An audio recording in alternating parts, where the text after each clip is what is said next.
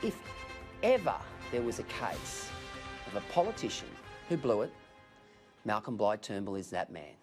When Turnbull knifed Tony Abbott to become Prime Minister, there were many who believed he would be a fine Prime Minister with a strong sense of social justice, but imbued with the traditions and ideology of a Liberal leader. There were many who thought he could become a giant in the pantheon of Australian Prime Ministers.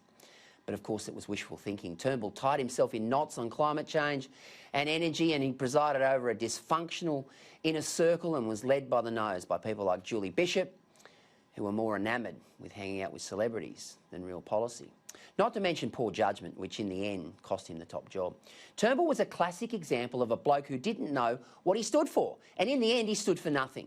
The worst possible crime in politics. It led to poor polling, poor policy and internal rumblings, especially as losing news polls mounted. He used Abbott's poor news poll results to bring on the challenge, and in the end it was that poor polling that triggered his own demise. Now, Turnbull's about to launch his own book.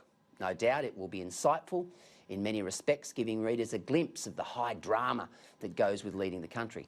But it will be the world according to Malcolm, and that's not a good place to be writing history from.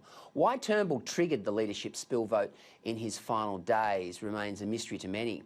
Had he not been so full of bravado, oblivious to the machinations going on behind the scenes, he may well still be PM.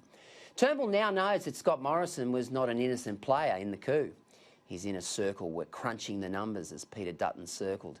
Earlier in the week, Turnbull leaked a private text exchange between he and Matthias Cormann, which accused the WA Senator of being weak and treacherous.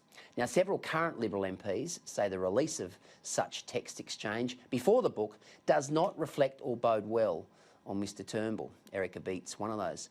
The book will no doubt rake over old wounds and present Prime Minister Morrison with another headache, fending off internal squabbles, but Turnbull only has himself to blame.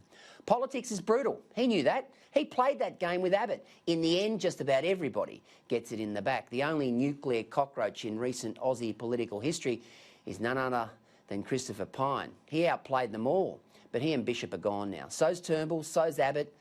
Can we just get on with the job of governing? Is that too much to ask?